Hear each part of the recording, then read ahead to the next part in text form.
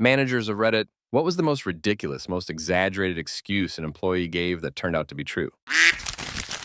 I had a really good, hardworking employee. Always on time, picked up other shifts, great personality. The thing was, he was a nice guy. You know, the guy who was always friend-zoned and a little awkward around girls, so he very rarely got any dates. One day, he was scheduled to work with me in an hour. The phone rings. I answer and it's him. He's nervous but excited. Tells me he's at a coffee shop and he had started talking to this really pretty girl, and she was actually interested in hanging out with him. Asked if there was any way someone could cover his shift. I laughed a little, then realized he was serious. Duck it. I told him to go out and have a great time, and I would figure it out. I honestly thought the next time I saw him, he would be all depressed because it didn't work out. 2 days later, I see him at work and he tells me they're dating.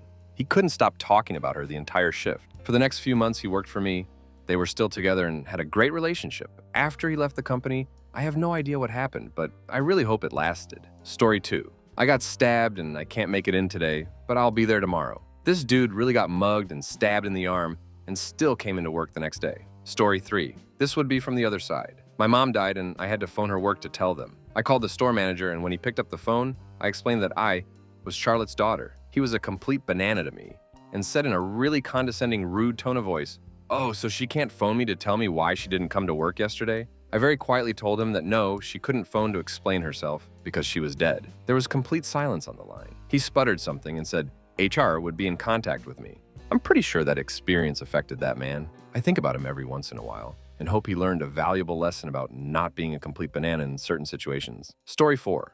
I was the employee, but I'm sure he felt bad for doubting me. My boss was always skeptical when someone would call in on Fridays or Mondays. Well, one Thursday night I had the most excruciating headache, which left me unable to sleep. Friday morning, after a horrible night, I called in and told my boss I wouldn't be able to make it because of my horrible headache. He sighed disappointedly and said, "See you Monday." After that call, I looked in the mirror and noticed one of my eyes was crooked and my vision was blurry. I drove myself to the hospital where they learned I had a pituitary tumor. He came to see me in the hospital after my surgery, till DR. My boss thought I was bullcrafting when I said I had a headache. It turned out to be a tumor. Story 5. I once walked into my boss's office and handed a note scrawled on a napkin. Bit my tongue going home. He was laughing uncontrollably when he waved me away. Story 6. I called into my first day of my job because I had a bad sunburn. By a bad sunburn, I mean second-degree burns and a face so swollen I couldn't open my left eye. I sent a pic as proof. She thanked me for the pic, as she didn't quite believe me. She was kind enough to give me a week to let everything heal and for the swelling to go down. Lesson learned. Going to the lake and the ocean are two different things and you need sunscreen. Story 7. I once had to call my boss from the gas station because the pump fell out of my car somehow and sprayed me with gasoline. I told him I was going to go home and change because right now I'm pretty flammable. Story 8. I got a call from an employee who told me he was ran over by his own car. I guess he got out to move a garbage bag out of the way, but he neglected to put the car in park. The car rolled forward and right over his foot, ankle, and crushed it. I doubted our, but he powered through it and showed up 2 days later with crutches and a huge cast. He needed the cash, so I just let him chill and work the register and phone while he healed up. Story 9 was a manager at a call center a few years back. So one day we had something like 7 employees all show up late to work for the morning shift. Being that they all walked in together and they were all younger guys, I initially assumed they had been goofing around before work and figured that by coming in together, the punishment would be less severe on them as a group. So I call them into a training room and bring in another manager and a girl from the office to serve as witnesses as per company policy. So which one of you wants to tell me why all of you are strolling in here almost an hour late? I ask in my stern manager voice. It ain't our fault. We was on the bus with Percy and he started pleasure himself and the cops got called and the bus pulled over and we had to end up walking the rest of the way here because we didn't even know if they was going to send another bus, answers one of the group. Now I'm sitting here dumbfounded and trying to make some logical sense of what I have just been told when the other manager leans over and discreetly says to me, "They are probably telling the truth. These guys are all living in a halfway house as part of a prison release program. That's why they all ride the bus together." Then the admin girl turns to me and says, "Yeah, and that Percy is nasty." So I immediately dismiss them and tell them to get back to work, talk to the office recruiters and verify that, yes, we do a lot of recruiting for our office at halfway houses. The next day, everyone in the office is talking about how Percy was on the news last night for getting arrested. Story 10. I was late to a shift because there was a bear in my backyard and I had to wait for the local authorities' bear officer to come over. I grew up in a reasonable-sized suburb near a reasonable-sized city in Canada. I think maybe there were a lot of nuisance bears that year. It wasn't normal practice to call the local authority every time we saw a bear. Wish we had bear jails. Story 11. I once had a woman call in sick one winter. She'd fallen in the snow and got concussion from dog crap that frozen on the ground. This was later confirmed in her fit note from her doctor. Story 12. Not a manager, but actually had to make this phone call for my last day. Hey boss, I know you said you really needed me to come in on my last day, but I don't know when I'll be there. One of my roommates ended his life sometime this morning. She refused to believe me and told me to forget it when I said I'd only be late. I offered to give her a police officer's card when I came in. I even took a picture of all the emergency services vehicles blocking me in. She wasn't having any of it. Story 13. Excuse here. When I was in law school, you only get one test per class per semester. I had to postpone first semester finals because a friend died, second semester finals because my uncle died, and third semester finals because I had scarlet fever. I took fourth semester finals on time with a horrible case of bronchitis and a high fever because I could bring myself to ask for another extension. Story 14. I am a manager, but this was my own real excuse that happened just a couple weeks ago. Sorry, boss. I'm going to be a little late. Someone stole my license plate. Story 15. Not a manager, nor was this at work, but one time in Italian class in high school, my friend kept getting text messages, but he didn't check it. He said, "Miss, I keep getting text messages. Should I read them?" She said no, and he jokingly said, "But what if it's important?" Well, he just decided to check his phone, and it was his dad telling him that their house was on fire. My teacher felt so bad afterwards. Story 16. Girl came in late on her first few days at her new job. I asked her why she was 2 hours late and was told that she got cum in her eye and had to go to the clinic because it was painful and was worried she'd go blind. She didn't last long. Story 17. It wasn't a manager, but rather a teacher. My brother had to drop a martial arts at a community college because he dropped a battle axe through his foot. Teacher definitely didn't believe that at first. I don't get to tell that story a lot. Story 18. My lizard is sick. I never verified, but I believe the guy. I guess it was an expensive, exotic lizard or something. I'm told the lizard ended up dying a couple days later anyway, despite his visit to the vet. Story 19. There was a big storm at my house in the country a couple of weeks ago, and a huge tree fell on my car. I had to call my supervisor to tell her I had no way of coming in because a tree fell on my car, but she just said, "Oh, okay." So I think she thought it was a major lie. Showed her the photo when I got to work, and she was astonished. Story 20. Kid called in saying he wasn't coming in until he took a crap. He had been on and off the throne all day, no poop, but had an overwhelming feeling of needing to. I told him that's horse crap.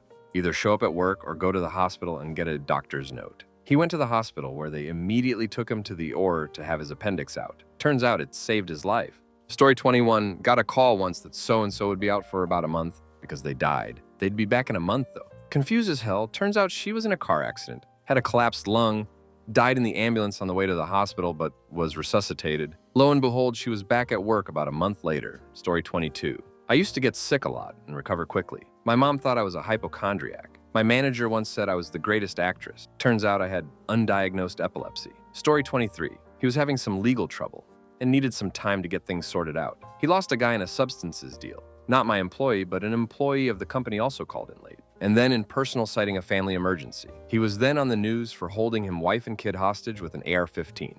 Also had an employee get arrested for being involved in a gang assault involving substances. His brother called in for him and said, "My employee left town for a funeral and dropped his cell phone in the toilet." Story 24. I have two from the same job. As an employee, not a manager though. The first time, I couldn't go into work because my stepfather had just been lost by his mistress's husband. He was cheating on my mom. All three of them worked together, who also lost his wife and himself. Boss obviously thought I was full of crap until it was on the front page of the paper the next day, at which time I got a lot of apologizing from management. The second time, I was leaving for work and was T-boned at a three-way stop by a guy doing 50 mph. I was turning left after stopping, and he blew his stop sign and was going so fast I never saw him coming. The road curved in such a way that he wasn't visible for more than 2 seconds at the speed he was going. I called him. Could hear my manager's eyes rolling over the phone, but got bailed out by customers seeing me on the side of the road holding one of my headlights in my work uniform. They has asked my boss if I was all right when they went into the store, thus confirming my story and bailing me out. Story 25. I had a coworker who went to Vegas and called in from jail saying he was hanging with Wee Man from Jackass when the little guy drunkenly stole a bottle of vodka from behind a bar, got his entire group arrested. Sounded like bullcrap until he came back with the pictures. Story 26. My most pathetic moment was when I couldn't go to work due to laryngitis. It was so severe that I literally could not make any noise at all out of my mouth, and my job involved a lot of talking, so what made it truly sad was that my mom had to call in sick for me because Of course, I couldn't use a phone. Yep. Story 27. When I was in high school, a friend of mine who was older, out of school working at a call center, decided he wanted to hang out with me instead of going to work. He called in and said this, "I can't come to work today. I've got gonorrhea." When he hung up, I was laughing so hard, it took me a minute to let him know he called in with an STD. He actually thought it was some kind of horrible flu. Story 28. Oh man, I've had so many missed days of work that sound totally made up. Once, when I worked as a supervisor in a call center, I'd had some dental work done a little while before my shift started. I was expecting to get a routine cleaning, but it turned out that I needed a deeper cleaning below the gum line, requiring the dentist to heavily numb half my mouth. They have to split this type of cleaning into 2 separate appointments. After I was done, it sounded like I'd had a stroke whenever I tried to talk. Working in a call center, it's pretty imperative that you be able to speak coherently. When I called in, the coworker who took my call had a lot of trouble understanding me. Since the dentist's office was right by my workplace, I popped over so I could go in and show my manager what the situation was. My manager took one look at my half-frozen Sylvester Stallone face, listened to me slurring my apologies, and burst into laughter. I was sent home and made sure to schedule the second procedure on my day off. Story 29. Got barricaded into my bathroom by my new kitten. Had to break down the door one morning. I was running a little late for work. Not much, but overslept by about 15 minutes. My husband was just leaving for work, and I kissed him goodbye. As he was walking out to his car to leave for work, I hopped in the shower. After my quick shower, I dried off and tried to open the bathroom door. What the hell? The door won't open. I realized that our newest addition to our family, little kitten, 14 weeks, had tried to jump up on the bathroom vanity to get to our other cat who was sitting in the sink. As the little kitten tried to jump up on the counter, he must have pulled out the drawer in the vanity. The drawer was sticking out to prevent the door to the shower toilet to open. I was stuck. I was pissed. I swore obscenities out loud, loud enough for our neighbors to hear. You have got to be kidding me. What the duck is this? So, I assessed the situation after my aggression was said out loud to no one. Where was my phone? Oh, that's right, sitting on the bathroom vanity. I couldn't call anyone to let me out. Should I just sit here wet and naked until my husband gets home from work? That's 8 hours away and I have appointments, clients later on in the day. What do I do? I looked around the bathroom for anything that I could wedge in between the 1-inch crack to try and get the drawer closed. Nothing. Only shampoo bottles and toilet paper. Duck! After my level-headed assessment of the situation, I did what any normal human being would do. I started forcefully pushing, banging the door against the drawer, hoping something would give. I started to hear the door crack. This door is made out of composite wood. Thank God we live in a crappy apartment that doesn't have solid wood doors. I pushed and get sex against the door to the point of bruises. Keep in mind, throughout this entire ordeal, I was naked and wet. Finally, after enough pushing and banging, I cracked the cheap composite wood door enough to crack through to the other side. So I get my fingers under and start pulling. I finally pulled a piece off the door. Victory! Wait, I need to get a piece pulled away from the other side of the door, so I start banging again.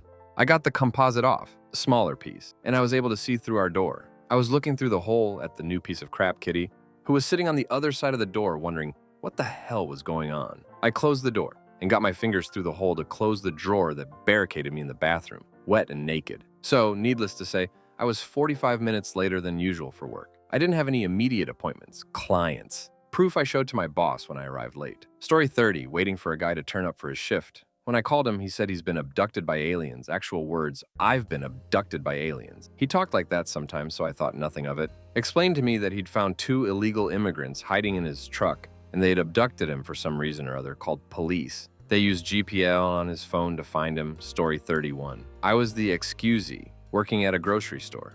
First call, I can't come in today, my best friend died this morning. 3 months later, I can't come in today, my mentor died this morning. 7 months later, I can't come in today, my boyfriend of 4 years who I was living with just dumped me without warning. Seriously, first thing he said to me after we woke up that morning, we need to break up. 1 month later, shortly after taking time off to move out of my now ex's place and into a new apartment, I can't come in today, my grandmother died last night. June 2009, June 2010 was a really bad year for me. Story 32. Girl who'd been with us maybe 2 days was supposed to show up at 8 a.m. I get a call about 8:15.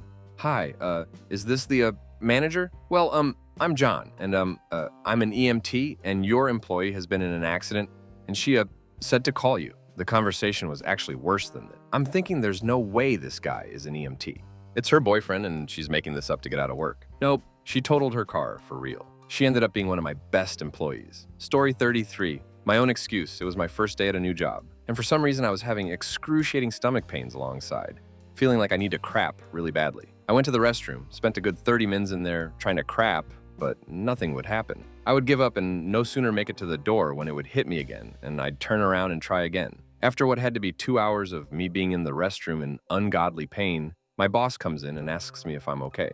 I was embarrassed, but had no choice but to explain. He told me I should just go home and come back tomorrow. I left, bought some Miralax, and went home to hopefully take the greatest crap of my life. But that didn't happen. Hours later, the pain gets worse, and I have no choice but to go to the ER. Turns out I have a severe impaction the size of a softball. This was likely caused by my eating habits at the time, as I was going to the gym regularly and eating massive high-calorie, high-protein meals every day trying to gain weight. I ended up staying there for 3 days before they fixed me with methods I refused to admit happened. Almost had to have surgery. My employer was reluctant to keep me, but after numerous doctor notes, they kept me and I stayed for the next 6 years. Story 34. I got an infected scratch on my cornea once. I genuinely called in from the hospital like, yeah, I can't come in today, temporarily blind. I didn't wear my contacts for some time after that. Story 35. Worked for an ambulance company, was called for a dead on arrival. Upon arrival, patient was dead, but the roommate called his work and said, yeah, this is Jim. Bill won't be into work today.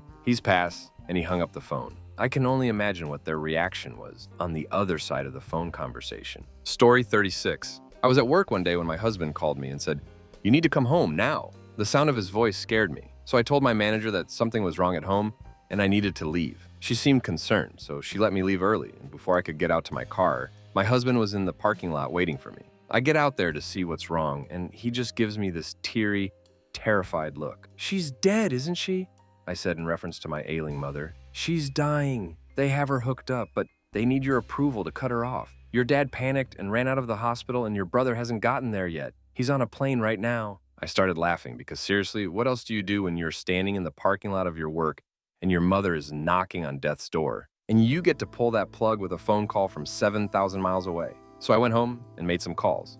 Turns out they had injected her with so much adrenaline to get her heart restarted that she wouldn't die. The doctors were dumbfounded. It took her roughly 6 hours to die from an injection that should have worn off in 30 minutes. Once I'd figured out that I would definitely be flying home and not coming to work tomorrow, I drove back up to work and told my manager, my mom is, dying. I have to fly home. She just stared at me in abject horror. 2 of coworkers burst into tears and stared at me. I smiled and said, it's okay, she was in a lot of pain. I don't know when I'm going to back though. I will try to get my shifts covered if you need me to. Still silence, as if they had lost the ability to talk. Finally, another manager walked up and figured out what was going on and said, no, it's okay, we have it under control, you can go home. When I came back a month later, no one knew how to talk to me. When I walked into work that first day, everyone burst into tears again. Seriously, consoling people over the death of your own mother is one of the most insane brain ducks. Story 37. I turned up to work 40 minutes late after a crazy drunken night out the day before. My excuse, I had woken up that morning in my back garden with my junk caught in my fly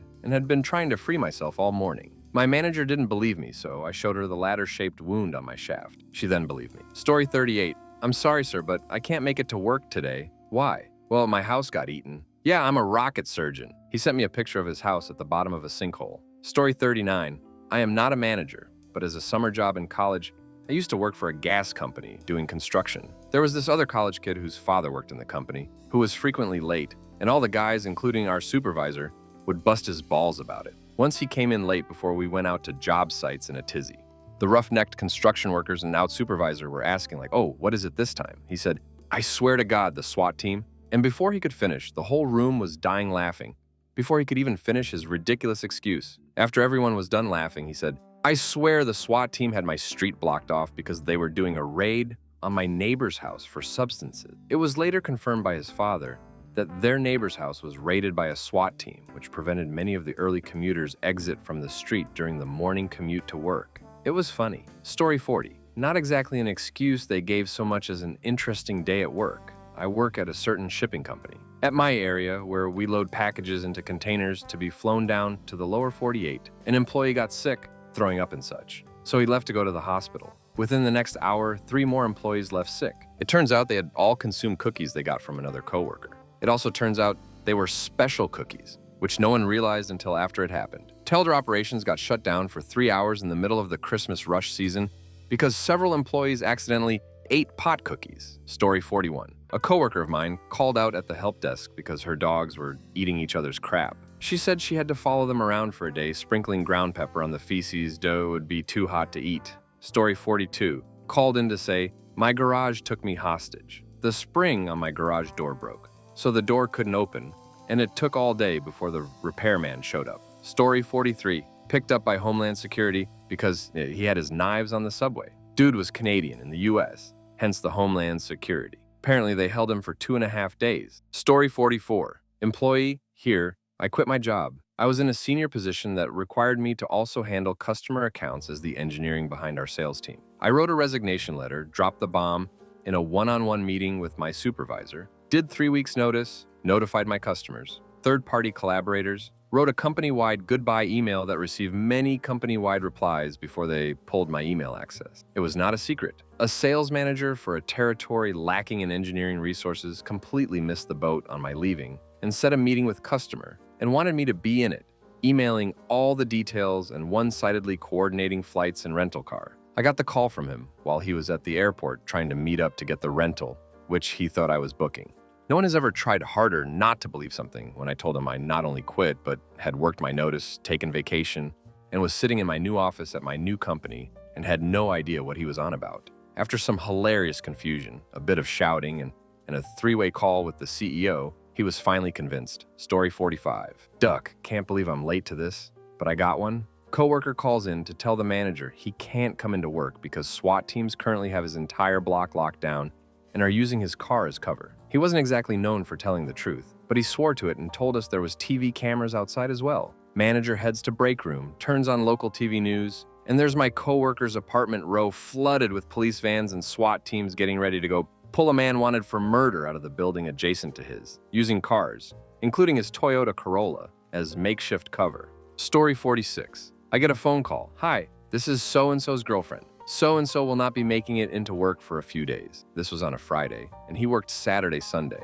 Naturally, I explain that this individual has to call it, and she responds in a very somber voice. He won't be able to make it in, and the conversation leaves at that. We begin speaking back and forth, and I eventually get frustrated, especially since so-and-so is in management as well. As a worried manager, I begin looking and calling around to all the hospitals in the city to make sure he wasn't transported for anything major. I eventually check one last registry, the detention center. He got arrested for a DUI on a Friday and wouldn't see a judge until Monday. Story 47. I've had 3. 1, there's a bear on my car and I can't leave the house. Legitimately brought in a picture when she got there an hour late. The bear was sleeping on the hood and roof of the car and was the size of the car. I crap you not. I would have never left my house again. 2, got a call from the mom of an employee on her 10-minute break, or so I thought. She had apparently passed out in line at Sparrow while on her break and was being rushed to the ER. 3, an old employee called to say she couldn't make it in. No explanation. She just told me it was very serious and she could not be there. Turns out she had witnessed an armed robbery at a CVS where all 3 robbers were killed by police. I excused it. Story 48. In high school, I crashed my car on the way to class in a bad snowstorm. Eventually made it to class that the teacher says, "Finally made it, huh? What did you do? Crash your car?" I stated, "Yes." He gave me the rest of class off. Story 49. I was working a shift one day with my manager and our new assistant manager failed to show up. We thought it was pretty strange she would bail after just a few weeks without calling. After about an hour of being late, I started to feel pretty weird about it. She got her friend hired and he worked with us for a while. So I gave him a call and said she didn't come in and if he could call her or check on her. He calls me back and said that he went to her apartment and there was blood on the floor and she had a wound. Turns out she had been abused. I got a couple calls from the police and they questioned me about him. I never found out what happened or if he was the guy who did it. She came back to work a month or 2 later with a large scar on her forehead. That was a crazy day for me. Story 50. As an employee, I was very late from coming back from delivering a pizza because I found a baby in the road. No, really, a baby, maybe a year, had gotten out of his yard and was wandering around. So I picked him up and called the cops. Eventually, the mom came out frantic. She was changing the loads of laundry and he got out somehow. My boss did not believe me at all. I told him could call dispatch and ask them himself. Story 51. There was a really bad freeze one winter. I lived about an hour away from my workplace, but decided to try and drive in anyway. I ended up sliding off of the road, missed hitting a mailbox, and slid between 2 telephone poles into a field. I called my supervisor to explain that I wouldn't make it in because I was at a kind stranger's house, waiting for assistance, in getting my car out of a cornfield. Story 52. My apartment complex was repainting the cement floor of the hallways. They were supposed to start at 8, started at 6 to get an early start. Still convinced my boss thought I was lying. I attempted to leave my apartment at 6:45 since I work from 7 on. So it's not like I was just being an inconsiderate banana about leaving on time. Story 53. That his grandmother was about to die, and he had to go to the hospital to meet with the rest of the family. 3 times in the same month. Turn out they reanimated her twice. Story 54. A friend is a cop. He was working a sporting event and was stopping people from parking in handicap spaces without a plaque or identification. A large van pulls up and tries to park. He asks for identification, and they have none. Now he has been hearing all these different far-fetched stories all day on why people need to park in these spaces, but nonetheless turn them away without proper identification. So when he asks the driver of the van for handicap identification, the driver tells him, "I don't have any, but a woman I'm with was just released from the hospital after being attacked by a panther." My friend tells him to go park in the back as he has no identification. The van driver then pulls around and opens his doors to let out his passengers. Sure enough, a lady pops out in a wheelchair completely bandaged up, still with her hospital-eyed tag on wrist. Story 55. One day when I was at work with my dad, one of his employees walked in and said, "I sharted," with a straight face. My dad just nodded and the man left. Story 56. I once got hit by a car while walking to mine after work. I had a concussion and fractured my ankle. The next day I attempted to call my boss and tell him I wouldn't make it in because I would likely still be in the hospital, and his words were, "Well, let's just play it by ear. We'll plan on you making it in and just let us know if you can't make it." Sure enough, I went to work. Ducker. Story 57. I once re-broke my ribs, broke them in a mock fight, and they were mostly healed, trying to climb up on a roof without a ladder so I could get the ladder we had left on the roof. I work as a roofer. So I was driving back to the shop when my dad calls and tells me my grandmother has just died. So I had to go into my boss's office and tell him I was going to be gone for about 2 weeks because I just broke my ribs and my grandma just died. He replied with, "Shouldn't you be coughing up blood or something then?" Joke's on him, my coworker showed him the obit a few days later. Story 58. Not a manager, but I had to call my mom's for her once. We lived in the same apartment building, so we would often carpool. She would drive me to work on her way or pick me up after, depending on her shift. One morning we were driving to work and the road we usually used was closed. We asked the flagger redirecting traffic what the problem was. Turned out a beaver had chowed down on a power pole and it had fallen across the road. We took the detour and she dropped me off at work. But since she was going to be late, Mom asked me to call her boss and let him know. When I explained the situation, he started to laugh and said, "Goddamn beavers. That's why I stay away from them." Her manager was gay. Story 59. Didn't happen to me, but a guy I worked with called in saying a helicopter just crashed right in front of him while driving to work. This is in London. 30 minutes later, it's all over the news, and he comes in with pictures. Story 60. Not a manager story, but a good one anyway. My husband had a call from his professor saying, "Hey, did you forget? Your project is due and your team says that you have it. And the midterm is today." "Oh crap, I completely forgot. Kit VDM and I are eloping today." "Okay, good luck and see you on Monday. Don't worry about the midterm or the project. Do them late and no penalty. Congratulations." That professor now says that you have to have at least as good of an excuse if you want to take a test late or turn in a late project. Story 61. I was the employee, my boss at the time, who was a great guy but always guilted people calling out.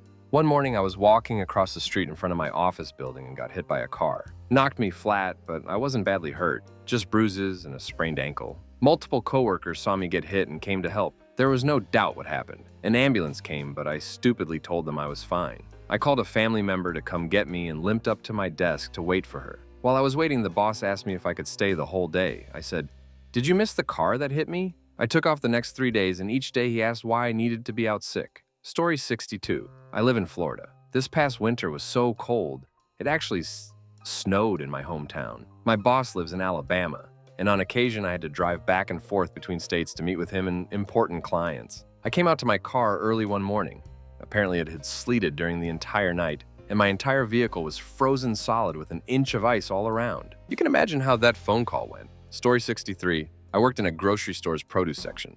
A name tag in the back that I used whenever I forgot mine belonged to Ron, a former employee. I asked about Ron. Apparently he was a good, quiet guy who kept his head down, but one day didn't show up. A few days later, he turned up in the paper, past Story 64. Coworker at a previous job called up my boss one day and straight up told her he couldn't make it in that day because he had been accused of abuse. He was exonerated because he managed to record the woman saying she was going to lie to the police that he tried to abuse her. Story 65. I'm a nurse. I have needle marks on my arm. My boss started thinking that I was stealing and using IV narcotics. I told her that they were caused by paramedic students sticking large IVs in me. She checked it out, and it was true. No one will volunteer to allow the students to insert huge IVs in them unless they're dying. I figure that they have to learn sometime, and so I volunteer. They leave some pretty big holes, about 2 millimeter each. Story 6. I had an employee once call me in absolute hysterics to tell me that her daughter was possessed by spirits and that she needed to rush her to the emergency room because she had no idea what to do. At that point, she'd already called off for a multitude of ridiculous reasons, so I'd kind of stopped caring. I just said, yeah, okay, whatever, and put it out of my mind. She returned to work the next day with a physician's note from the ER doctor. Her daughter had developed a high fever and had been delusional. So while she wasn't really possessed, she did think she was. Story 67. I called out for poison oak. Sounds like no big deal, and a whiny excuse. I have really bad reactions to it, and it spreads everywhere and swells up and blisters end up forming. My arm, I could only find this picture, but that solid rash was on my face, throat, breasts, back, and across one butt cheek. I didn't want to scare customers away, so I asked to stay home for a few days. Because of my anxiety, the doctor said we'd pass on the steroid shots and just use highly medicated topical cream and sleeping pills, so the itching wouldn't keep me up. Story 68. I once had to tell my teacher I couldn't give her my homework because, despite completing it, my brother decided to sell my backpack to his friend with my entire contents. She just laughed, said it was the best she's ever heard, wasn't expecting confirmation from my dad at a parents' evening that it genuinely happened. Story 69. I was the one with the excuse. I worked night shift, I called, said I would be late, and I didn't know how late, as the police had my driveway taped off. What had happened was there had been a fight, which ended in a knifing. As the man fled, he threw the knife in my drive. They wouldn't let me out as they had to do the usual crime scene bullcrap. It was a family dispute in a peaceful neighborhood. He was not badly hurt. Story 70. I was a TA during grad school and once asked my professor what his best excuse was. Guy stopped coming to class for roughly 4 weeks and missed a lot of homework. Once he came back, he asked for an extension on all of the work he'd missed. He'd gone on a 3-state meth bender and wound up in jail for 3 weeks. Actually turned out to be real. If I remember right, he gave the guy an extension, but he did not pass anyway. Story 71. Had a girl call nonchalant-like and say, I'm not coming in today because my boyfriend committed died in the living room in front of me last night. Turns out she was not lying. Story 72. I have both received this call as a manager and made this call as an employee. There was a railroad siding not far from our building. I was front row for the arms going down on the train crossing, and I sat there for about a half hour before the tracks were cleared. I was not just close to work, but I sent my manager a picture where you could see the train, my mirror with the line of cars behind me that made it so I couldn't turn around, and our building all in one shot. Story 73. Former job. But I would tell people who called in sick to just call in not interested instead, and save me having to listen to a call of bullcrap. One guy called my personal cell phone instead of the main company line, which I thought was a bit curious. I was friends with a lot of the staff. He was hesitant to explain why he wasn't coming in. He just mumbled balls. Turns out he had testicular cancer and was going in that day to have old lefty removed. I had no idea he was even sick. Story 74. Was asked to cover for a fellow manager because he was literally vomiting red liquid. He had horrible attendance, and I called BS as it was my first day off in 3 weeks. He sent me a picture message of a huge pile of red vomit. Turns out he had stomach cancer and didn't know till that day. He's fine now, BTW. Story 75. A guy I once worked with tried to hold in a sneeze, but ended up cracking his rib. Another had his foot fall asleep and tried to regain feeling by stomping it a few times. He stomped so hard, it broke the foot. Story 76. My brother left work early a few weeks ago. He told everybody, my mouth is sore from the strange men that were in it. I'm gonna go home and take substances. This is how he tells his work that he's in pain from having his wisdom teeth out. Story 77. The one and only time I called into my last job was because my horse was choking and I had to call the vet out for an emergency. My manager tried to get me to come in and I flat out told her, you need to find someone to cover my shift. I have no idea how bad this is and or how long it will take for the vet to get here and help my horse. I never called out for myself. Story 78. Not sure if this counts, but I think it's relevant. I worked at a summer camp instructing children how to swim. It was a real pain trying to get kids to swim in a cold Canadian lake, and they would always try to get out of it and make excuses. One camper told us he was allergic to the cold and therefore couldn't swim. We all made fun of him and dismissed his claim. Then he called the head nurse over and we all looked like a holes. Story 79. I'd gotten kicked out of my first apartment by my roommate one night, so I called my boss right away to say, I don't think I can come into work tomorrow. I'm kind of homeless. She came and picked me up right away, let me stay at her place for the night, gave me the day to get my crap together, and her daughter lent me clothes for work the following day. Solid boss. Saved my life. I was young, so I really had no idea what I would have done without her. Story 80. Not work, but my best friend's dog ate his little sister's homework when she was in the 4th grade. Luckily, her teacher was the best teacher in the school, everyone's favorite teacher ever. She taped her mangled paper back together and turned it in. 14 years later, and that taped together paper is still framed and hung on the wall in his classroom, even though he now teaches at the middle school in town. We still volunteer to help out with the big class trip he takes the students on every year. What is the most unusual excuse you've ever heard of from somebody calling off work? Story 1. I used to manage a small team at an ET help desk. One morning, my most punctual, reliable employee didn't show up. He calls me 2 hours into his shift, sounding genuinely panicked. I am so sorry. I can't come in today. I'm trapped. Me. Trapped? What do you mean trapped? Is everything okay? Him. Yes, I'm fine, but there's a moose on my porch, and it's been sleeping in front of my door for 3 hours. I can't get out. I was completely silent, trying to process if this was an elaborate prank. I just told him to keep me updated. An hour later, he emailed me a picture from his upstairs window. There, magnificently and absurdly, was a full-grown moose, curled up and fast asleep on his front steps like a giant, antlered dog. It's the only time in my career I've had to log active moose as the official reason for an absence. Story 2.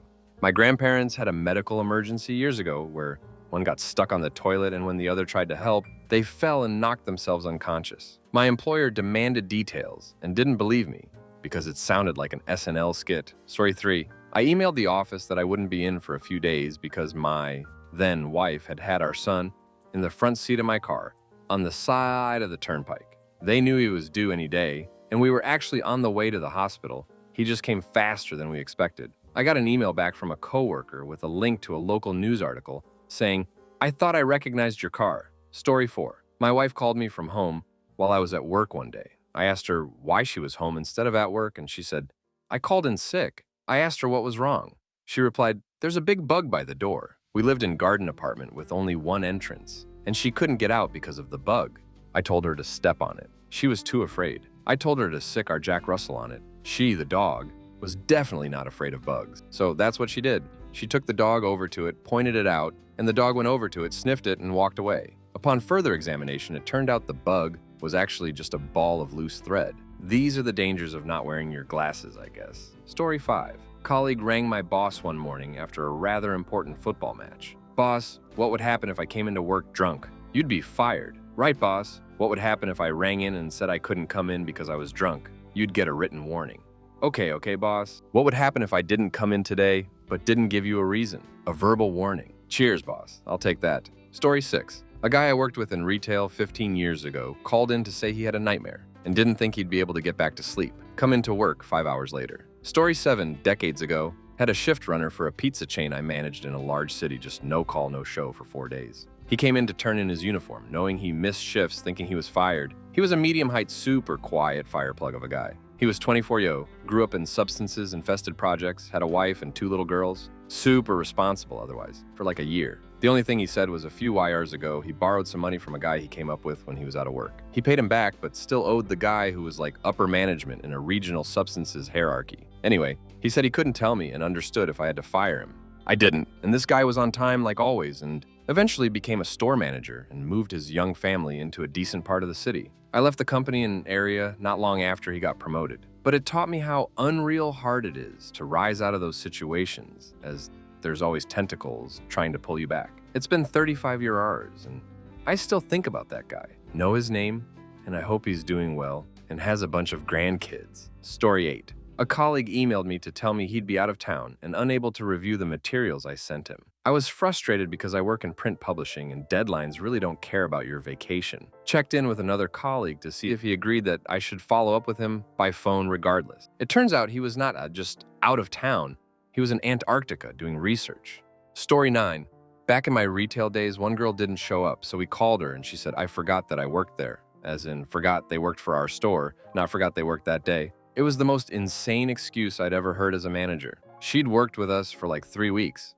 She forgot forever because she never came back. Story 10. Not work, but a college class with a pretty strict attendance policy. I delivered a message to the professor that my friend couldn't come that day because she thought one of her guppies might give birth. Story 11. Years ago, during the mob wars in St. Louis, we had a girl calling into work saying that she was behind a car that blew up on the highway. She was a known exaggerator, so we laughed it off. Turned out it was true. Story 12.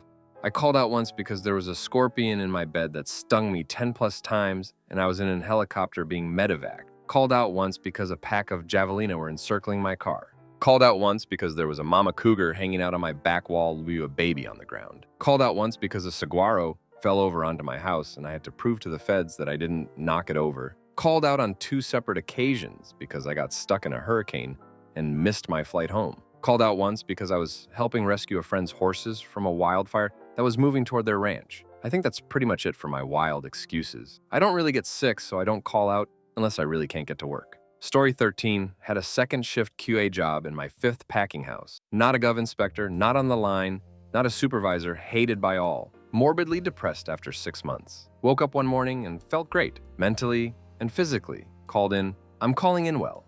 I feel great and won't ruin it by coming to work today. Boss said, I'll have to write you up tomorrow. Have at it. Sent out a resume and left a month later.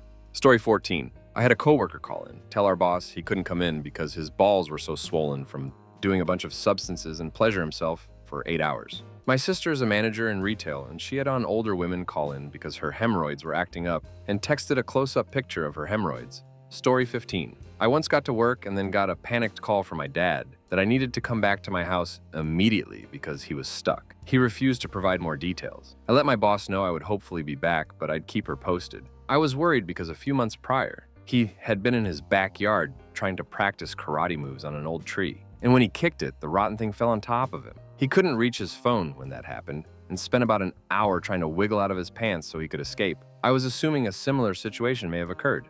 I rushed back to my home to find out he had decided he wanted to come over and cut down tree limbs while I was gone. He decided to use a ladder to climb up on the shed roof so he had more area to work with. The only problem was he also brought my sister's dog with him, who promptly knocked over the ladder as soon as he got up there. And story 16, forgot to change my clock for daylight saving. We had this guy who would always be 1 hour late to work on the Monday after we changed the clocks. But the guy was an idiot. He'd pull this excuse when we roll back as well as when we roll forward. By that logic, you'd be an hour early one day a year and an hour late one day a year. Story 17. Ages and ages ago, I worked at Walmart stocking groceries. One day I was just worn out, so I called in and told them that I had apathy. My supervisor, who wasn't terribly bright, didn't miss a beat. He told me to rest up and be back tomorrow.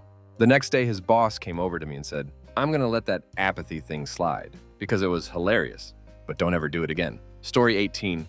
Their neighbor's house was broken into and they shot the intruder. They couldn't leave because there was police tape all around their property and the mobile investigation vehicle was blocking their driveway. He said he heard what sounded like a couple of thumps early in the morning and assumed the neighbor dropped something. It was the sound of his neighbor's .357 revolver being discharged, followed by the intruder hitting the ground.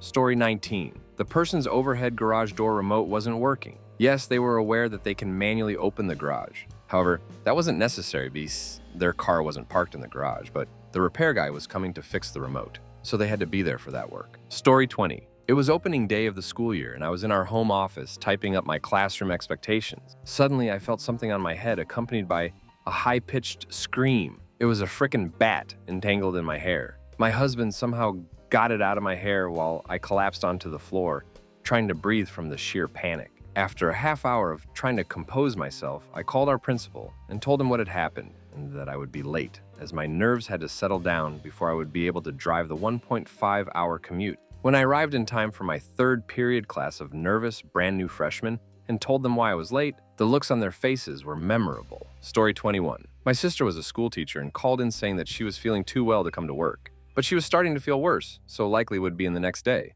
Unsurprisingly, they didn't renew her contract. Story 22. I had an employee whose boyfriend stole her car when he got word that the police were going to come after him for selling meth. The car broke down. Some good Samaritan stopped to help him. He stole their car and crashed it. Finally, the police caught up with him. Anyway, all she really needed to say is her car was broken down. Oh, and he also would sneak into the gated parking lot to try and sell meth. Once he got in the building somehow, we never figured out how. and flushed all of this met down the toilet and flooded the break room and a manager's office. Story 23, a coworker was no call, no show for his shift. He'd been having emotional issues, so our department manager attempted to call him numerous times. After no response, he checked his home and then requested a wellness check from the local PD. No sign of him. A couple of hours later, the coworker called to say that his mother had died. A couple of hours after that, he called back to say that she hadn't actually died. He'd made a mistake. That was the last time anyone heard from him. Story 24. Not work, but college class. It was my freshman year and I was taking an 8 a.m. statistics course, taught by a real straight-laced, no-nonsense older professor. Worth mentioning that the classroom was on a different campus than the one I was roomed at, so I needed to take a bus. All told, I needed to be awake at 6 a.m. to make it comfortably. Well, one night I hit the hay at 10 p.m., and because it takes me a bit to fall asleep, I huddled at 11 p.m. I'm finally drifting off. 2 hours later, I'm awoken when the fire alarm blares out. And of course, everyone has to evacuate the dorm, head to a common area, and wait for the A-OK from the fire department. So at 1 a.m., I'm wide awake in the student commons, and it takes around 1 hour for the fire dep to make sure everything is all right. We are finally allowed back in at 2 a.m., after the fire dep determined that the cause of the fire alarm was that a stoned student had left a bag of popcorn in the microwave, and it caught fire. I decided in my sleep-deprived state that I wasn't going to bother waking up in 3-4 hours to try and do stats. So I emailed my professor a barely coherent email explaining what happened and that I wouldn't make it to class that day, since I suspected I wouldn't learn anything. To my surprise, the next morning I see an email reply saying he understood and sent me his notes for the day. When I next saw him in person, he laughed and said he gets so many bogus excuses that he appreciated the honesty and agreed that if I wasn't feeling it, I was right to just skip it. Moral of the story is, be honest with your professors, folks. Story 25. My husband's colleague called in because he was too fat to get into his work trousers. He'd been on an all-inclusive holiday for 2 weeks, came home and couldn't get his trousers up. His boss made him come in his holiday shorts and agreed that he did look a lot bigger, and so gave him a few days off whilst they ordered new trousers for him. He had apparently gained 18 lb in 2 weeks. Story 26. Back in my banking days, we had a part-time teller working at our office. She was 18, still lived at home with her parents, and I'm pretty sure this was her first job. The day after a minor snowstorm, less than 6 of snow, she called out of work with the excuse that she lived at the top of a hill and that her parents weren't comfortable with her driving down the hill to work that day. She was still stuck at home the next day. As it turned out, she never came back to work, and the bank's security team had to send a registered letter to her home to get her bank keys back. Story 27. I was working for a law firm, and one of our interns, who was a train wreck, called me. Everyone called me. I was the problem solver. It went like this. He was supposed to be at work at 7:30 a.m. At around noon, I'd covered for him in the a.m., but this was before cell phones. Around 1980s, I get a call, collect, I accepted. He said, "Hey, I have a problem." I said, "I know, you know showed, and your boss is pissed." And he said, "Well, this is worse. I got really drunk at happy hour yesterday. My girlfriend locked me out of our house because she told me to grow up, so I obviously got drunker, jumped into the fountain downtown, cut my heel practically off, tied it up with my shirt, thought I'd catch a train to the hospital. This is in a town with 0 public train service and sketchy bus service, and you really need to help me. So we are in Thomasville, GA. He said, "I'm bleeding to death, my leg is broken," and at that point I hear, "Sir, let me speak." I talked to security, who has arranged an airlift to Vanderbilt Hospital. He had hopped on a freight train, fell asleep, woke up in Nashville a bloody mess, and almost lost his leg. 3 days later, he left the hospital. His sister brought him back, and his boss had set up a train on his desk. Story 28. I supervised a call center, and our employee entrance was on the side of the building with one flight of about 15 steps. The customer entrance was in front, but to keep that area clear, we had employees take the steps on the side of the building. One employee, for whatever the reason, strongly objected to using the steps. Gave a bunch of what-if situations under the assumption that we didn't come up with reasonable accommodation for disabilities. This was not the case, as we literally had someone who used a cane and was able to use the front entrance and elevator. She got to a point where she made a formal complaint to HR, told her what she needed to do to document any need for reasonable accommodation. Since she couldn't do that, she resorted to calling out, "My knee is sore, so I'm calling out. I worked my hamstrings yesterday and they hurt, so I'm calling out. I walked more than usual last night and my legs are tired, so I'm calling out." She eventually called HR and formally quit, citing the flight of stairs as her primary complaint. Story 29. I didn't call in but got called to ask if I was okay because it was 10:30 a.m. and I hadn't logged on yet. I work remote. I had been diagnosed with a rare condition a few months earlier and nearly died, so he was truly concerned. Meanwhile, I had been in my backyard working on my landscaping for the past 2 hours and wondering why he was calling me on a Sunday. When I asked him that, he said it was Monday. I stopped and literally went over what I'd been doing the last couple of days and was still wholly convinced it was Sunday. Finally, I looked at my phone and saw that it was indeed Monday. Thankfully, due to working remote, I was logged on in about 10 minutes. Still not entirely convinced it was Monday. Weirdest time lapse ever. Story 30. Had a weird woman that worked with us. She would call in saying she couldn't find any shoes. Called in because she left her clothes at the laundromat and wasn't able to pay for the dryer. She would leave at 11 a.m., come back at 3 o'clock. She went home for lunch and had to go to the grocery store for food. Had a flat tire every other week. Her prescription glasses were lost and she couldn't see to drive. Called out once because she got free Disneyland from her neighbor and they were about to expire. She wore weird wigs, smelled horrible. Her lunches at work were always odd combos of leftover food that absolutely smelled like a corpse. Story 31. I once had a coworker that was the sweetest person but not the brightest crayon in the crayon box. She was running late in the morning and called in. We hear our supervisor laugh really hard. I happen to be friends with both of them. The supervisor shared that they were late because they said they had camel toe. We died laughing. The sweet coworker thought her broken toe was called a camel toe. We had a great laugh explaining to her what a camel toe was on women. Makes me chuckle just thinking about it. Story 32. A manager who was let go from multiple companies but could always find a new position. He had a go-to list, and once he started a new job, he would use the list without doing any repeats. My favorite was, I saw a rare bird in my backyard and contacted the DNR. They need me to stay home until someone gets there from them so I can show them where the bird was and what direction it flew. Also on the list was, my garage door's frozen and I can't get to my car. If anyone got sick in the office, he would call in a few days later saying he must have caught the illness from that person. But his was always much worse, and he needed a few more days off the original person. Of course, he had a list of relatives that died. He would sometimes provide a memorial card from the funeral home. It was always from the same funeral home, where his wife was a secretary. Not many people knew she worked, but he let it slip once to me. He lasted at the company I was at for almost 3 years before he was let go. Story 33. A tornado touched down nearby and knocked a tree across my driveway, missing cars but blocking us in. We did not live in a tornado-frequent location, and my boss didn't believe me. This was before smartphones, so I had to take a pic, get it developed, and show him a week or two later to validate my call-out. Looking back, I could have just lied and said I was sick and saved myself the entire fiasco. But it was such a unique experience, I naively assumed it was a valid reason and would be interesting to share. Story 34. Dude called in 3 hours into a 5-hour shift because he overslept. His reason was that the latest Call of Duty was released the day before, and he stayed up to 7 a.m. playing a video game. Boss told him to not bother coming back. The kicker, the shift didn't start until noon. Story 35. A coworker once got in a minor fender bender and ended up going to jail. He caused the wreck and assaulted the other driver for ducking up his car, it seemed. Also had a guy call in that he was snowed in. There were, maybe if I'm being generous, 3 inches of snow on the ground, and he lived less than a block away,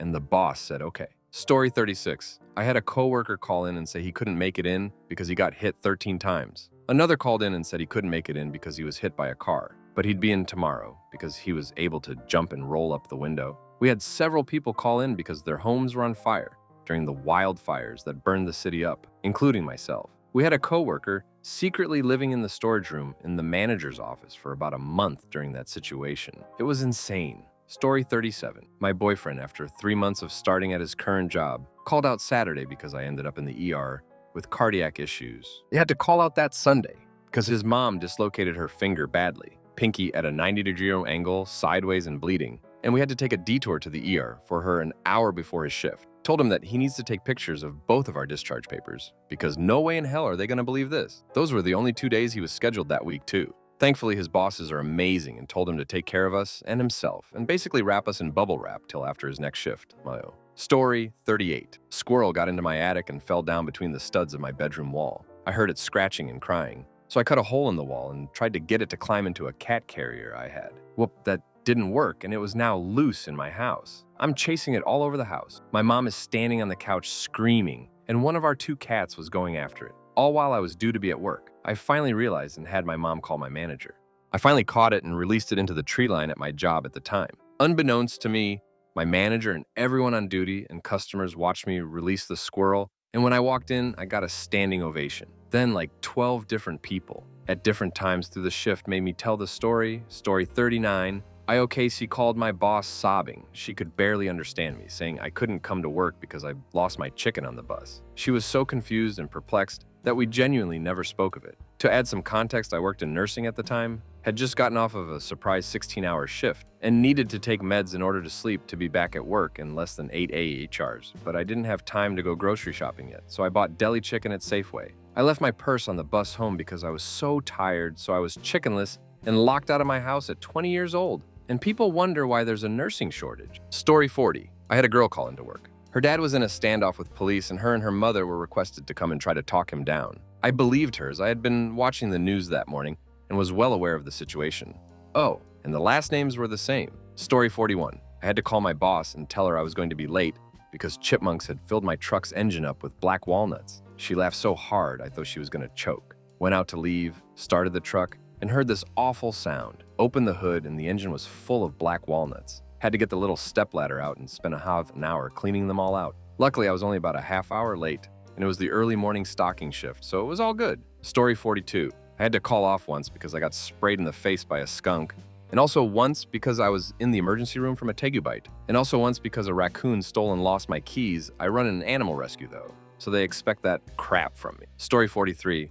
One of my colleagues said that one of his employees could not come to work because she was the getaway car driver when her boyfriend robbed a bank and they both got arrested. Story 44. Obama was campaigning at a community college a half-mile from my house. Secret Service blocked vehicles from exiting my street 30 minutes before his arrival, unbeknownst to me. I explained I was going to turn away from the college, not towards. Didn't matter. I had to call my new supervisor for my second day ever on the job. At least I was more established at a later job when Pope Francis was visiting Paraguay. I was finishing up some vacation time with some friends doing Peace Corps when I found out that the one main road in the country, a two-laner, would basically be blocked for days due to people going to see the Pope. Couldn't get a ride to the airport and had to message my boss that I'd be a few days late due to Pope traffic. Story 45. His dog was having sex with another dog. He tried to stop it, but it growled and tried to bite him, so he had to wait until it had finished and consequently missed the bus. Story 46. This is one of my favorite things ever. Now I'm Danish, but I'm going to give Sweden credit where it's due.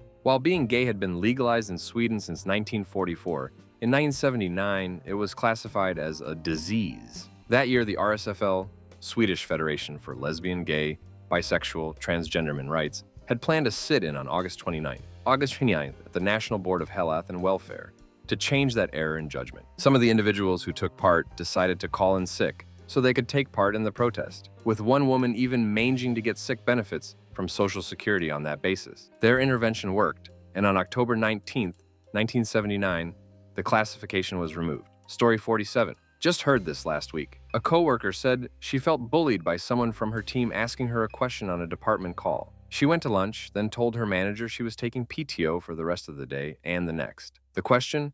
Can you trade lunchtimes next Wednesday? Story 48. I drank too much coffee and I feel like crap. It was an 11/7 job. It was me. It was true. I was a phlebotomist, loved my job, but I worked with needles. I don't think any patient would have wanted me drawing their blood that night. Story 49. I once couldn't go to work because there was an unexploded bomb found on my street. I lived at the end, so couldn't get around the cordon, and the army guy told me to stay indoors. So I did. Lovely day off. Told my fella to start digging in our garden, see if we could make it a long weekend. Story 50. I was a supervisor at a company. Somebody phoned in and said he can't come to work because the swells are unusually large and he needs to go surfing. This was Northeast England BTW. Story 51. My father had a fatal heart attack at age 80, his third, so we knew it could happen. He had never been a sick man and he had always worked, so the night that he died, I asked my mother if he was supposed to work that week. Yep, tomorrow. The next morning, I called his employer and identified myself, saying that he had died, and then I cracked up. I wasn't calling him in sick. I was calling him in dead. The receptionist didn't find it funny, but it was 100% my father's type of humor. Story 52. Legitimate reasons I have used. Dropped my keys in the dog's water bowl that ducked up the remote, and I couldn't shut off the alarm. Geese would not let me get to my car. Horses got out. Reasons others have used. Got abducted by aliens, came in as soon as they let him go. Girlfriend is pregnant, has to take care of it before wife finds out. Spoiler alert, his wife found out. Too drunk to drive in the morning. Story 53. I'm just going to admit one I used one time. I wanted to have more sex with my girlfriend instead of going to work, and my leg had gone numb for whatever reason. I thought I'd get the answering machine, so I didn't have any excuse ready, and my boss answered the phone. I told them I couldn't come to work because I couldn't feel my legs. It's one of those random memories that gives me embarrassment decades later in the middle of the night. Story 54. Coworker of mine, I'm pretty sure he didn't call in, he just never came back. He was arrested for a kidnapping on his way home from work. During the criminal investigation, it was discovered that he was also a suspect for the mysterious disappearance of a female gas station attendant and the shooting death of a female jogger. He is now serving a life sentence. Story 55. When I lived near Pittsburgh, I used to have a friend that worked the front desk at one of those day labor places that had lots of mentally unstable or homeless folks. He texted me one morning that one of his most unstable and unhoused workers called out because he had to take top secret government documents to the Canadian embassy. Story 56. Once worked with a dude who called out because he had a huge zit on his butt, and it hurt so bad he couldn't sit, walk, do much of anything. Totally valid. We worked retail and it would have been a pain in the ass, pun intended. But man, did we make fun of him, lightheartedly, and told him he should have lied LMAO. Story 57. I called off work because our garage had partially collapsed on my car. My boss wanted me to come into work anyway, as it couldn't have been that dangerous. She never believed us when we called off. But my car was the only thing keeping the garage up, so we could get me Dad's car out, as well as his tools. We had the biggest snowfall of our area in years, and they ended up sending everyone home from work a few hours after start because the ceiling was threatening to collapse from the weight. Story 58. A former coworker was limping at our work in a depot, and everyone was wondering what happened. He left shortly afterward. Turned out he got intimate with his GF and tore his balls during the deed story. 59, coworker called in to take her mom to rehab. They found her in the woods at 3 a.m. barefoot, yelling at a tree. It was 32 degrees outside. They didn't want to waste any time. Obviously, her mom is doing good now. 4 years sober, so good for her. Story 60, not a work absence, but lateness instead. On one of the main roads to where I work, there is a turtle crossing sign. This one dude claimed he was late because he had to wait for a turtle to cross the road. In reality, if there is a turtle crossing the road, you carefully just drive around the turtle and try not to hit it. This guy was acting like all traffic must stop for a turtle until it completely crosses the road. You know, like it's a Bugs Bunny cartoon. Story 61. I once had to ask off so I could drive my stepfather-in-law to the airport because his twin brother that nobody, including my mother-in-law, knew about had been lost at sea, and he needed to go work with the Coast Guard to handle the paperwork to have him declared dead. A few weeks later, his body washed up, and I had to help him get to from the airport so he could identify the body. It sounded like some soap opera bullcrap. Story 62. Managed teams globally, and it's weird that folks in India tended to call off for platelet imbalances. They'd be back to work in a day, and that was that. I mean, I've never called off sick due to platelet issues, but that's me in the US, who knows? Also, Germans are weird when it comes to health. They'll call off for odd reasons related to blood as well. Personally, I don't care. Take all the time off you want, just be responsible for your work. Healthcare fibs can be fun. Story 63. I got stoned on my lunch break one day, and when I came back in, my eyes were so ducking red I knew I couldn't get away with it, and we had a corporate visit going on at the time. So I hid in the bathroom for about 10 minutes and then just left and texted my boss saying I crapped my pants and had to go home. Told them I had a bag of Red Hot Cheetos that didn't agree with me. Story 64, she said, I think I'm getting a headache. Not I have one, I think I'm getting one. She called out multiple times her first week, and we let her go.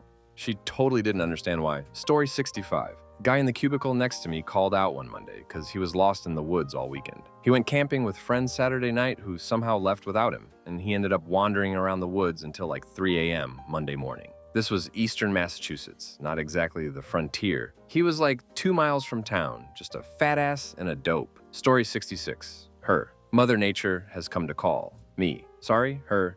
Mother Nature. Me. Is that an illness or something? I just have to write something on the clipboard. Her. It's Mother Nature. So I wrote Mother Nature on the clipboard. Someone later informed me that means menstrual cramps. Story 67. A dump truck on I-35 dumped its contents, and she couldn't get off at an exit because there was a SWAT standoff at the exit closest to her, so she couldn't make it to work. You'd think that much action on a freeway in the downtown area of a major city would have made the news. Nope. And somehow she was the only person experiencing these issues on the same freeway all her coworkers were on. Story 68. I had to call in saying I have lost power and the emergency release is stuck and I can't get out of the garage. Pretty sure they didn't believe me and checked out the website for power outages. Had to believe me when my area popped up. Story 69. I once had to call out of work because the cops had blocked my driveway. Random cop car across the end of my driveway. No cops around, no way to get around it. Turns out they had an incident, and the one cop jumped in a different vehicle, ambulance maybe, and left it behind. Story 70. We had a girl ring the call-in number to let us know she wouldn't be in that day. 2 issues with that. 1, she called in to the wrong crew. And 2, she'd been fired 2 weeks prior to that. Story 71. One of my husband's employees didn't show up, so they were concerned and called her. She had gone on a drinking weekend and swore over the phone that it was Sunday morning, not Monday as it truly was. And why were they calling her when she was off the clock? He had her off excuse, written down as thought the Monday was Sunday. Story 72. I had someone that couldn't control both ends of their body. It happened, but they decided to leave me a voicemail with every single detail and noise coming from their body in the background while they were leaving the message. Just call in sick and I'll think nothing of it. Story 73. My boss's hamster allegedly died and she had to take the body to the vet for cremation. Driving back, late, into the office, she spotted a traveler gypsy horse in a field that looked in poor condition, so she had to phone the RSPCA and wait with the horse until they arrived. Her boss was not impressed. Story 74.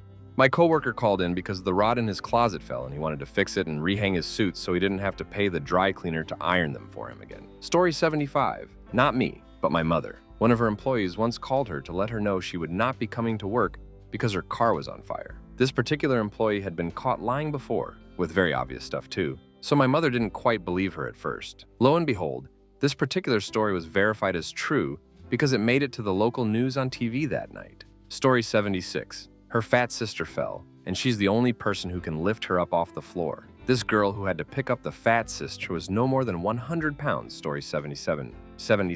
I have a coworker who took a whole week off because it was her birthday. As someone who grew up in a household where you go to work unless you're dead, one of my parents' mottos, I found this amusing.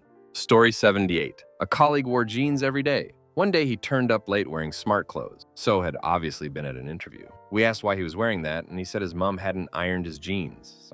Story 79. Worked with a guy who slipped and fell on ice in the parking lot and was out for several months with an injury. The first day that he returned, he sat through the morning meeting and then told the manager that he couldn't work because his hair hurt. He turned around and actually left. Story 80. I can't believe I almost forgot. I sprained my ankle chasing a dog after the dumb dog got us sprayed by a skunk in my yard at 2 a.m. I didn't get any sleep because I'd been washing the ducking dog, and then around 7 a.m. I went to the ER to get checked out. What's the most nonsense excuse you've heard that turned out to be true? Story 1. Not really sure if this counts, but I worked at a McDonald's years ago, and I called in sick one day because I was having my dog put down. This was my childhood friend I'd had since I was 6. The day after, the manager pulls me into the office and gives me a rant about how I need to come up with a better excuse for a sick day. In anger, I ended up bringing his ashes into work with me several weeks later with receipts proving dates of attending vets, etc. Then, a good few months after all this, the same manager is moving house and isn't allowed to take her 2 dogs with her. No pets allowed at the new address. So she lets her friend adopt them, who lives on the next street to where she's going to be living, then proceeds to take 10 days off to say goodbye. It's been more than a decade, but I'm still salty about this story too. Had a kid come into my class one day that was late, and he had been a pain in the butt the whole year. So I was like, all right, what is it this time? House burnt down? No, you went to the forest and got lost.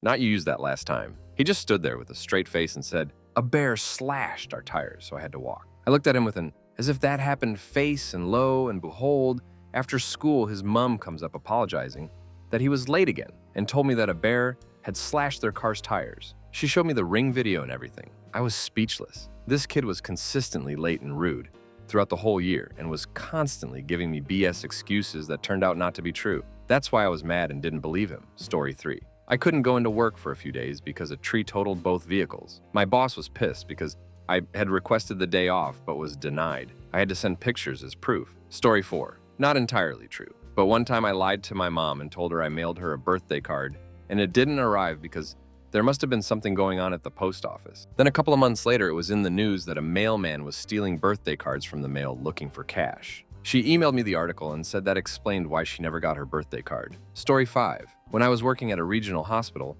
we had a new hire call about 10 minutes before shift saying he couldn't work because he ate some wings for breakfast and was trying to crap really fast before work and blew out a nut. Those are the exact words he gave me on the phone to relay to the boss. He lived about 3 blocks from the hospital, and sure enough, we saw him in the ER just a short while later. He had testicular torsion. Story 6. So this is me telling the excuse, not the other person. I was working on some homework, and at the time we were watching one of my grandparents' dogs, a Saint Bernard. and he ripped my homework up into tiny little bits overnight. So naturally, I told my teacher, hey, my grandparents' dog tore my homework apart. I had the torn up homework as evidence, too. Story 7, my dad had to call and say he was going to be late. On Take Your Kid to Work Day, because the guys building a house in the lot next to ours set all the extra supplies on fire at 5 a.m., and he called the fire department because it was a huge fire and the fire trucks were now blocking our driveway. He took a video. Story 8 had a coworker, L, who was great at his job and known to party pretty hard in his time off. No problem there because it never hurt his work. One year, we'd had vacation time at the same time, and when we came back to work, L was not there. We'd known he'd spent his vacation in Vegas as he'd booked this package holiday that was super low cost and included travel to airports, direct flights, hotels, and all sorts of stuff, making it very convenient and affordable. When he was called, it turned out he was still in Vegas, as his flight home was not due for several more days. Now, he immediately booked a new ticket to fly home, but it didn't leave for a day, and with delays in flight transfers, he only arrived back home a few hours earlier than if he'd just stayed and took his package flight. But he did race home as soon as he realized. His excuse, which the bosses didn't initially believe, was that he'd just misunderstood either the dates on his ticket or the dates we'd been given for vacation.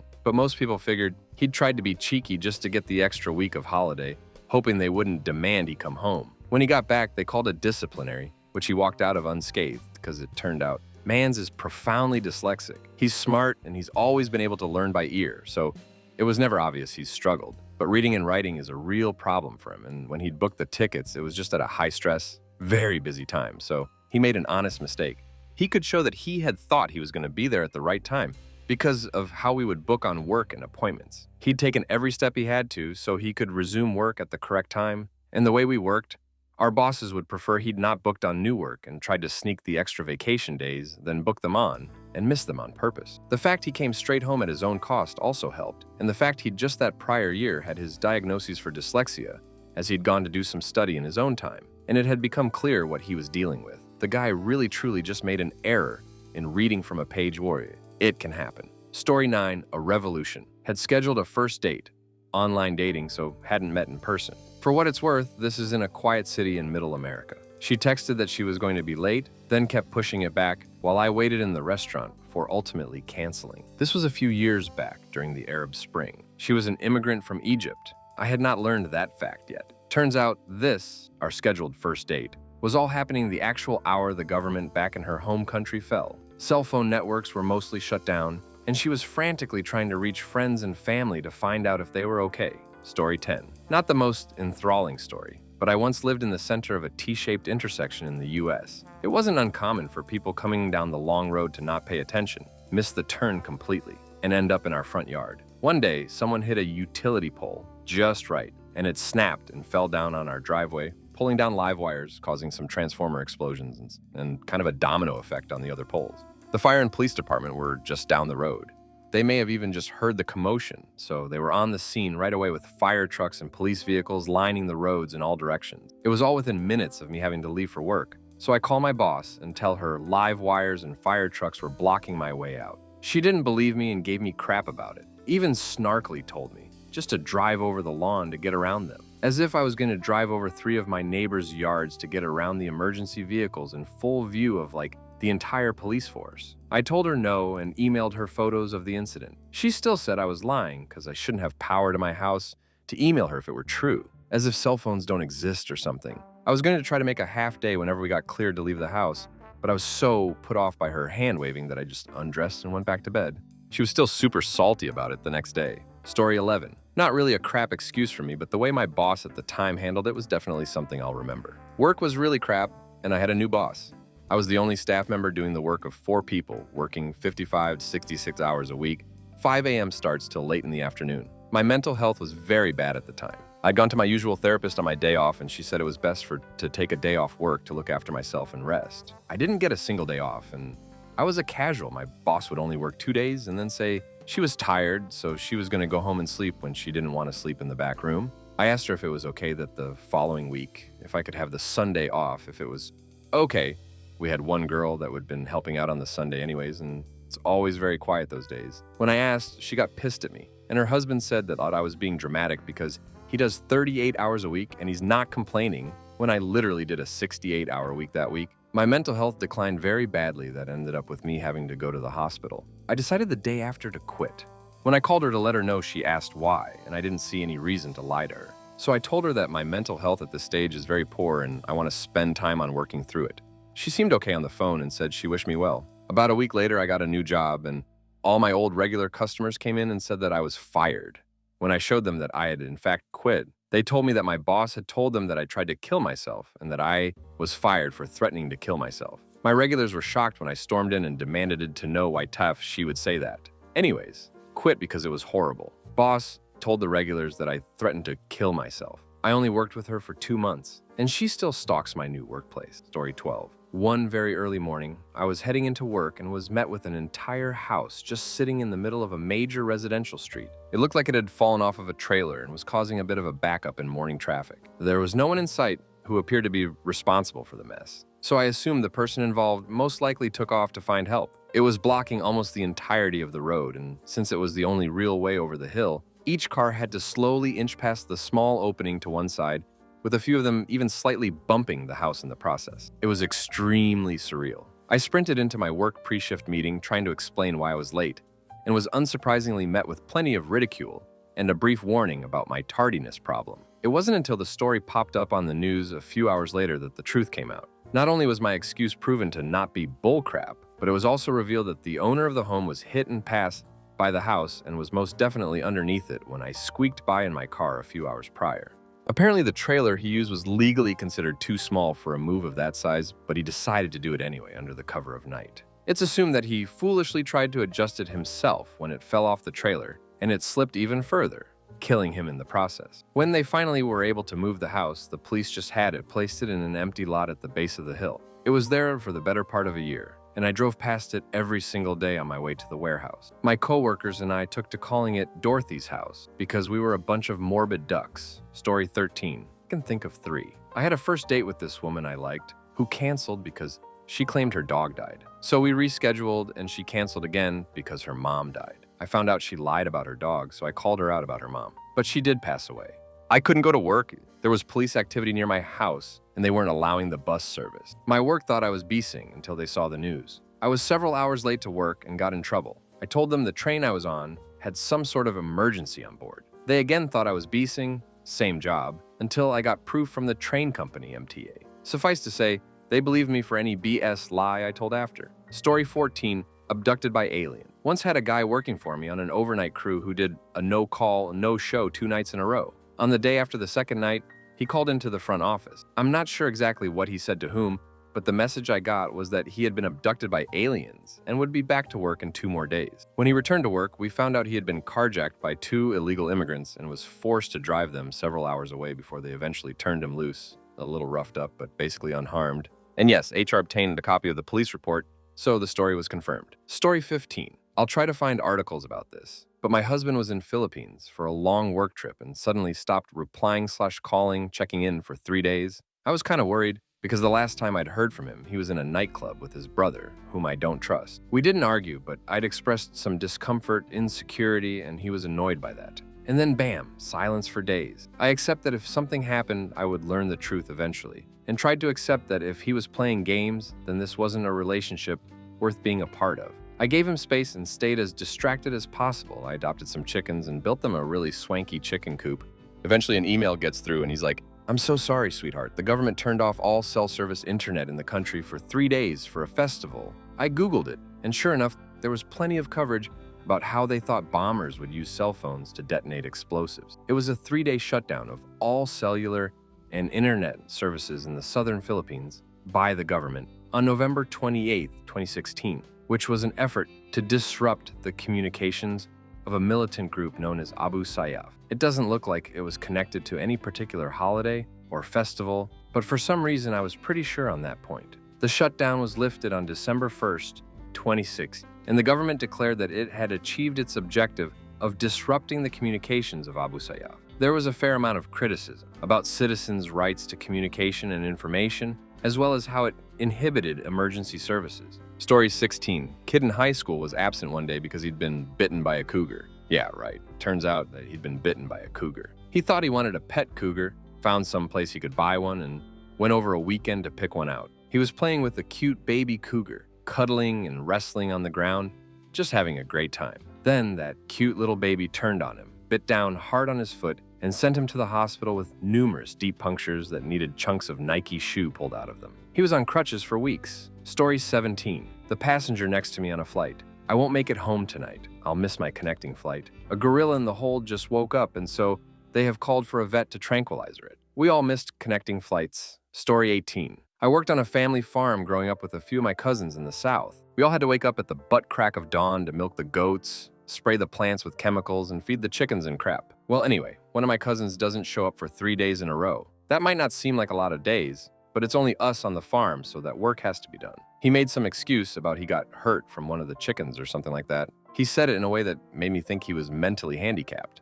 It didn't make sense. Well, when I went to go check on him, he showed me. One of the chickens had pecked him on the ass with a dirty beak, gave him an infection, like right on the brown eye. He showed me. It's something us country folk are used to. It's nothing I haven't seen before, especially if you have grown accustomed to sharing an outhouse with your extended family. So he gets healed up and gets back to work pretty quickly. But I felt bad for thinking he was like Forrest Gump and all. He's a smart guy, and now he knows he needs suspenders on when he's feeding the chickens. Story 19. Had a customer yell at me on the phone when I called him to tell them Grubhub wouldn't be able to deliver their food. It was a Sunday at 9 p.m. and everything that was not chain fast food was closed. I told them there were like 30 cops outside in vests holding rifles because of a hostage situation at the bodega across the street. He said I was exaggerating, so I told him to watch the news at 11 and hung up. I gave the food to some kid that happened to get stuck at the intersection out front, in between the first wave of cops and the second wave. He wound up being a regular after that. Story 20. Used to work in Glasgow Botanical Gardens. One day I decided to get high at work. We were doing inventory on orchid seeds, very monotonous work. The orchid section was a glass house and laboratory that used bubble wrap on the inside of the glass house to dilute the amount of light getting through the glass. The doors to the orchid greenhouse are always supposed to be closed, but in my high state, I left the door slightly ajar and a squirrel got in. I didn't notice it at first, so I came in and closed the door, and it startled the squirrel. When I say this wee thing went bananas, it's an understatement. Pulled almost all the bubble wrap off the windows, destroyed glass, precious orchids, scientific equipment, etc. I managed to open the door and he darted out. And of course the manager comes walking in 10 seconds later, thousands of pounds of damage done and of course not a squirrel in sight. Just me high as a kite trying to suppress laughter as I explain a mystery squirrel sabotaging the orchid laboratory. Story 21. When I was going to get married to my now ex-wife, we found this boutique videographer who did these really stylish videos. Well, we booked him 12 months out from the wedding and he required $1,500 deposit. At 6 months out from the wedding, we contacted him via phone to go over the plans. No response. So I sent him a couple of emails. Again, no response. After a few more unanswered calls, I decided to go down to his little office in the city. It was now up for lease. So I started to get a bit crafty, sent another email with a hollow threat of seeking legal advice if he didn't return the deposit. Again, nothing. Thinking it was a scam and he had just taken out money. I started looking up on the web to see if anyone else had been scammed by this guy. As I was trolling through pages and pages of websites finding nothing, I found an obscure regional website from the southern NZ with a web page titled South Australian Videographer Goes Missing Kayaking Stewart Island. I did not chase up the deposit. Story 22. Father passed during the pandemic lockdown period 2021 in Australia. Had a uni assignment due a couple days after. So I emailed the subject admin team for an extension on the due date. They refused to give me a subject extension as I couldn't provide them with a death certificate. The reason I couldn't provide a death certificate was the crematorium was so understaffed during the pandemic period, they were backed up with paperwork. The uni admin team were absolutely terrible with the whole process, giving me the whole, if there's no certificate, then we can't give you an extension. The whole situation was stressful, even though I know looking back I shouldn't have been stressing about uni. Happy ending at least was the head of department found out after I had sent him an angry email, called me up to make an awful apology. Got a month's extension. Story 23. My own when I was late to fetch my wife from work one Saturday afternoon. She phoned me while I was halfway there and asked where I was. I said I'm running late because I had to save some crabs. We're at least 6 hours from the nearest coast and 2 hours from a large body of water. She was speechless and thought I was messing with her. But in fact, on this one stretch of road near a very small patch of marsh was a family of crabs. So I pulled over and shooed them off the road before any other cars came through and potentially run over them. I took a quick video in the process as well and showed it as proof because in nearly 30 years of traveling on that road, there have never been crabs sighted there. Story 24. When I was in the AF, a coworker, stereotypical Sokol surfer airhead, dude was Spicoli-esque dumb, didn't show up for work one Monday. These were the days before cell phones. Nobody could get a hold of him. Our sergeant even went downtown to his apartment to make sure he wasn't dead or something. Even called the local cops who said, "Call back tomorrow, 24-ish hours for a missing person report." Tuesday morning, he comes to work and our supervisor climbs up his ass. Turns out he spent the day picnicking in a local park with his wife and kid. He was seriously confused about what the fuss was about since it was a 3-day weekend. Supervisor was like, "What?" "Yeah, man, it was Labor Day." "Labor Day is next Monday, you idiot." Yeah, genius. It's still August. Labor Day is in September.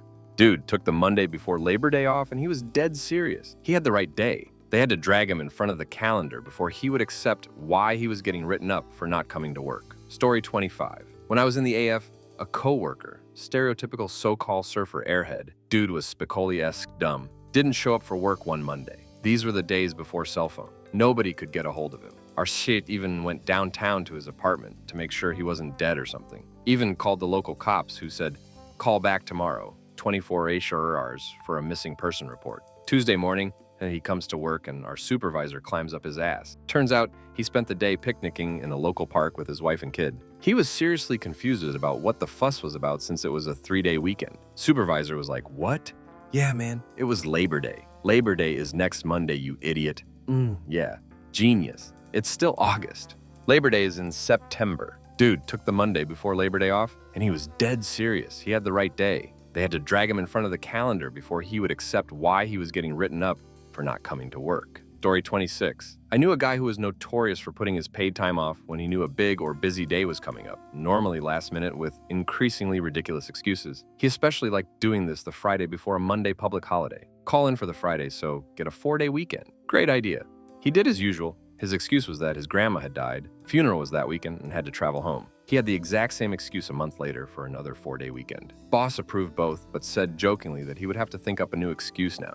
Before he got back from that long weekend, he called in saying his other grandma had died. Again? Surely not. Anyway, he takes a few extra days and comes back with the service pamphlet that had a short bio explaining how she had found love as a lesbian, but in her twilight years. I think 3X is the most I have ever heard my grandma died as an excuse. Story 27. In high school, I was a big fat guy, and they gave everyone in our year a cardboard box full of chocolate bars for you to sell to fundraiser for school. The day they gave them to us, it was belting down rain. I only lived 2 blocks away from the school and parents' work, so I walked home carrying the cardboard box. So as the box got wetter, it got weaker, and right at the point I stepped from the road to the footpath after crossing the street, the bottom of the box fell out, and all the chocolates got washed down the gutter right into a stormwater drain and gone. Hence me fronting up to the school next day to tell my fanciful story of why the fat kid doesn't have any chocolate left. Luckily, I had 2 people walking home with who also vouched for my story. But to this day, there are people who think I gorged myself on the box. Story 28. I'm not famous for being a morning person. We had a big pitch on and I was to be in 30 minutes early to help with the final preparation.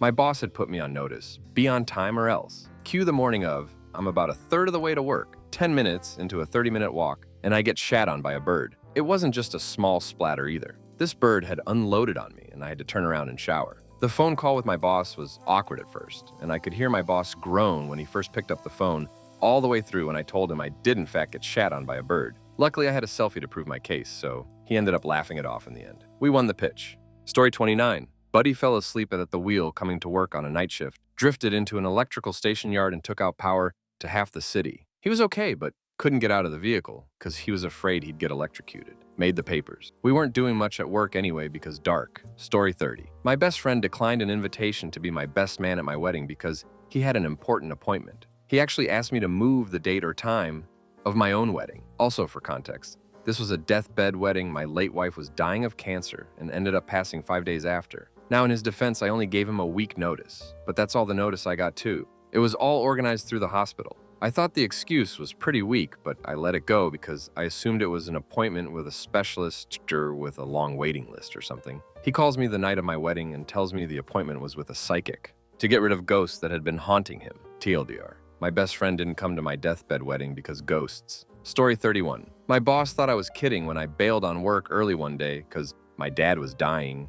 Rolled her eyes, but let me go. She's a good mate, but She just thought I was hungover because I'd already told her I'd been on a bender over the weekend. Not to mention my dad was a who I famously didn't get along with. Went straight to his place while he gasped in bed to me and my siblings about the mistakes he'd made. Next day, he was dead by 10 a.m., had the proof in the paper obituary and everything. Still made dead dad jokes the whole time because that was how I coped with it. She was awesome about it, but I know it was a genuine surprise for everyone at work that it was 100% true. Story 32. If there's a pattern, I get the boss being suspicious, but a lot of bosses are just complete a-holes, man.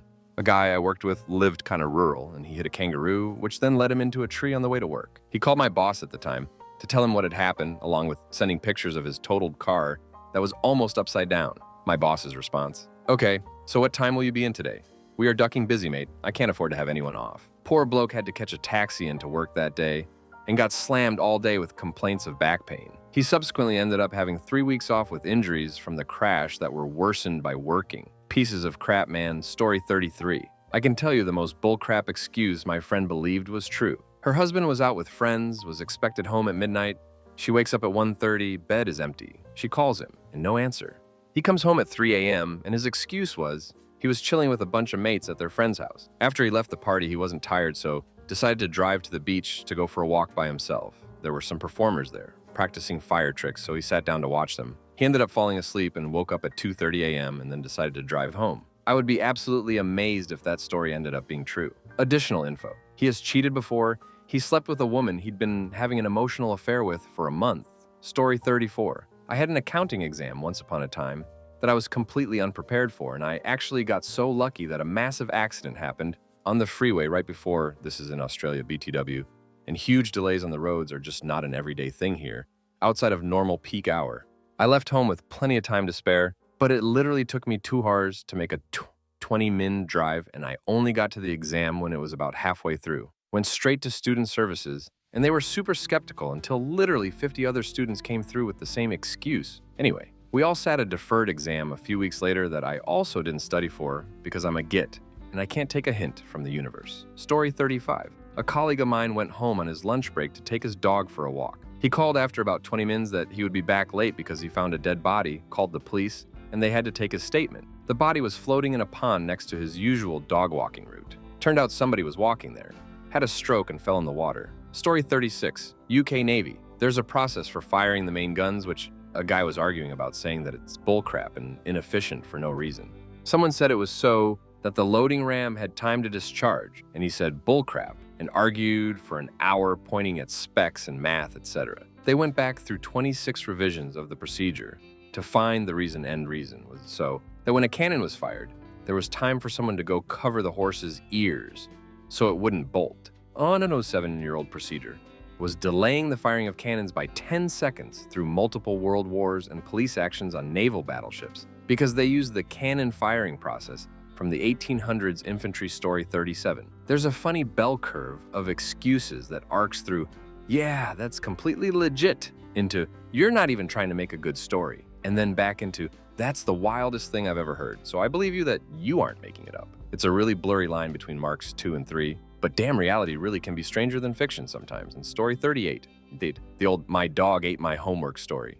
Circa 95, my mate would tell the teacher this at least once a week, and she always rolled her eyes and dished out some form of punishment. I tried to back him up, but ended up getting told to mind my business. Funny thing was, his bull terrier was a savage, and if he left anything within reach, she would demolish it, especially paper and books. But being early 90s, we didn't have cameras or phones to record these things. Eventually, his mom spoke to the teacher to let her know it is all true. My mate got a quick apology, and that was it. Story 39. I was running late to school because I was on hold to the Australian Police national number. As I walked in about 20 minutes late to class, my maths teacher asked why I was late. I apologized, telling him I'd be calling to ask about the rules around importing bead guns into Australia and what the maximum velocity one could achieve before it was classified as a firearm.